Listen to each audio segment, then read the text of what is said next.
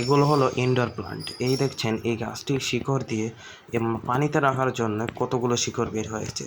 এগুলো indoor plant হিসাবে আপনাদের ঘরে যে কোনো জায়গায় মাটিতে স্থাপনও করতে পারবেন অথবা পানিতে, সব জায়গায় এদের চারা বা শিকড় বের হবে। আর আমাদের এই ভিডিওটি যারা দেখছেন তারা অবশ্যই আমাদের ভিডিওটি লাইক করবেন এবং আমাদের আইডিটি সাবস্ক্রাইব করবেন, কারণ আপনারা এরকম মজাদার আর এরকম আরও ভিডিও পাবেন আমাদের এই চ্যানেলে নিয়মিত।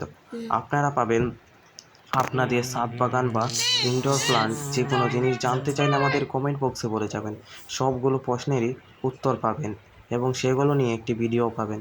এই দেখছেন এখানে ইনডোর প্লান্টগুলো যেগুলো আমার ঘরে রেখে সৌন্দর্য বৃদ্ধি পেয়েছে। আমাদের বাসা বাড়ি বা ঘরে আমাদের টেবিলের সামনে সৌন্দর্য বাড়ানোর জন্য আমরা আমাদের অনেক গাছ খুঁজি। এই একটি গাছ হলো আমাদের সৌন্দর্য বাড়াতে পারে।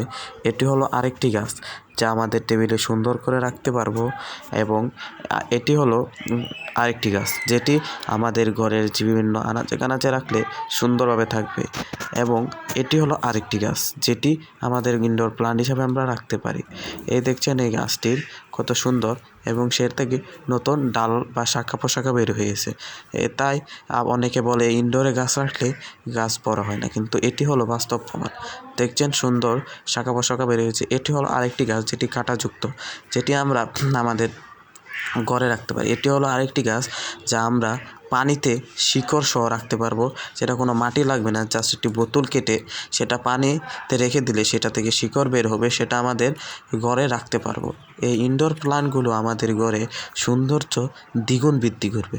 আমাদের ঘরের টেবিলের সামনে অথবা আমাদের ঘরের আনাচে কানাচে যে জায়গাগুলো আছে সেই জায়গাগুলোতে আমরা এই ইনডোর প্লান্টগুলো রাখতে পারি।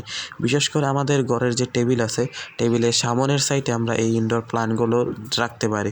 এতক্ষণ যারা আমাদের এই ভিডিওটা দেখেছেন তারা আমাদের আইডিটি সাবস্ক্রাইব করে আমাদের ভিডিওটি লাইক করে আমাদের পাশেই থাকুন।